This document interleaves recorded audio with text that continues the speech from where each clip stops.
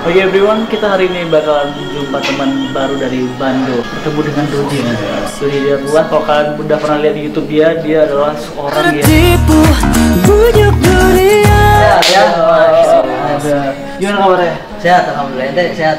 Sehat banget bang. Aceh itu top banget. Top banget. Jadi kalau misalnya di Instagram aku tuh, tak kenal maka tak punya Instagram. Wah, iya. Bukan tak kenal maka tak sayang ya. Bukan, tak kenal maka tak punya Instagram. Sekarang kan dari YouTube pindah ke Instagram. Instagram, bajunya aja udah. Istighfar, beda dengan Pak. Tapi logonya Instagram. Instagram. Tapi kita menggunakan Instagram dengan istighfar.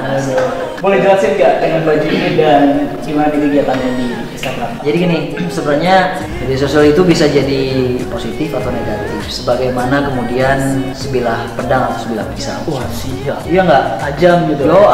Ketika misalnya dia dipakai buat memasak, ya bisa. Atau bisa juga dipakai yang negatif untuk membunuh, misalnya untuk menyakiti orang lain, alhamdulillah.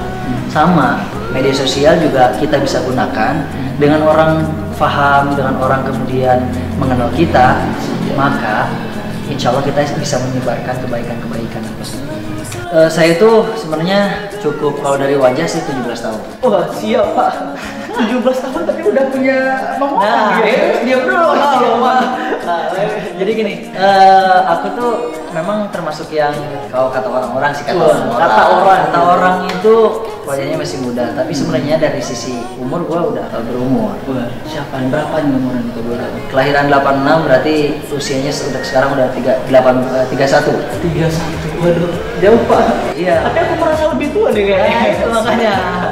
31, kemudian sudah menikah di usia 25 tahun waktu menikah. Kemudian istriku seorang dokter, sekarang udah punya 2 anak, alhamdulillah. 2 anak, stay sekarang di Bandung, aktivis YouTubers, Instagram, kemudian juga saya beberapa kali main sinetron juga. Wah siap, main sinetron kan. Ngomong-ngomong tentang keluarga, saya sempat mendengar dan membaca gitu, akad nikahnya bukan menggunakan mahar gitu, tapi dengan Ar-Rahman gitu. Coba boleh diceritain nggak sedikit tentang Ar-Rahman gitu? Iya.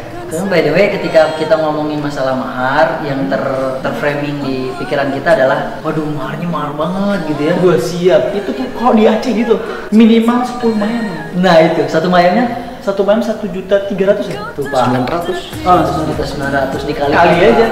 Minimal itu. 10 mayang.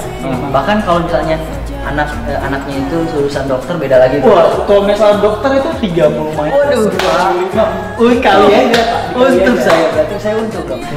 Tapi Pak di Aceh nggak semua. Iya, nggak semua seperti itu. Iya, wanita Aceh itu seperti apa sih sebenarnya, dengan nggak semua wanita Aceh itu dengan mahar setinggi langit, tapi juga dibekali dengan ilmu yang setinggi langitnya, dibawa ke surga. Oh iya, boleh kembali lagi dengan cerita. Ya, jadi Ar-Rahman itu gini, awal-awal aneh kenal sama dia, kemudian ta'arufan dan sebagainya, sampai kemudian ke orang tua. Sebenarnya ini ada historis dulu dia, kemudian aku sempat beberapa kali mau menikah, ta'arufan sama orang itu sampai 5 kali. 5 kali lagi. Tapi gagal. Gue di siang lain tuh sempat berpikir kurang apa gitu. Enggak, kita muda. Kita juga muda dan juga Korea gitu. YouTuber juga lagi. Kurangnya adalah kurang iman aja. Kurang yakin sama Allah waktu itu. Mungkin bisa jadi. Akhirnya pas ketika ketemu sama istri yang kemudian bisa menerima aku apa adanya. Kemudian satu, wah nggak mungkin kalau aku selama ini menantikan seorang bidadari gitu ya, tapi kemudian Allah kasih hanya biasa-biasa doang gitu ngasih maharnya. Mahar materi jelas karena itu adalah kewajiban ya Pak. Misalnya apakah hanya sekedar, kalau kata Rasulullah, walaupun hanya sekedar cincin dari besi, dia harus belikan. Mahar materi pasti gue kasihin buat istri sekemampuan gue, kemudian semaksimal gue. Karena waktu itu juga gue sempat ngumpulin dana sebanyak-banyaknya untuk istri, persiapan pernikahan segala macam. Tetapi gue gak mau memberikan hanya sekedar itu saja. Kalau materi bisa habis Pak, Iya betul. tapi kira-kira yang non materi yang tidak habis, tertelan oleh lekang waktu, itu apa? Berpikir kayaknya kalau ayat suci cocok nih.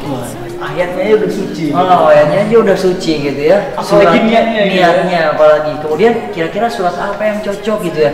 Kalau Al-Ikhlas kan nggak mungkin, Pak. Terlalu pendek. Terlalu pendek. Anak SD pun bisa. Bisa masalahnya. Al-Baqarah juga nggak bisa, Pak, panjang banget. Nanti kalau misalnya orang pada nungguin akan kita gitu gimana lama juga. Iya. Akhirnya kita berpikir, ya udahlah kayaknya Ar-Rahman. Kenapa kemudian harus Ar-Rahman? Nah, disinilah sambil jalan kita, Pak. Siap.